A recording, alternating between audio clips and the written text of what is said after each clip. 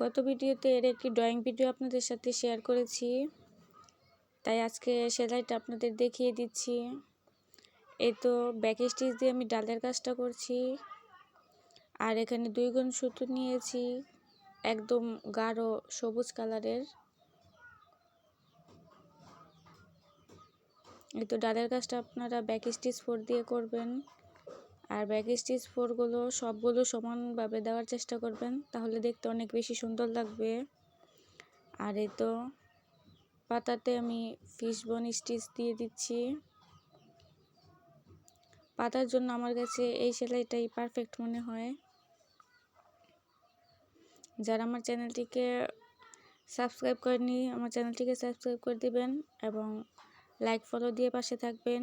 নেক্সটে ইনশাল্লাহ আরও ভালো ভালো ভিডিও আপনাদের দেওয়ার চেষ্টা করব।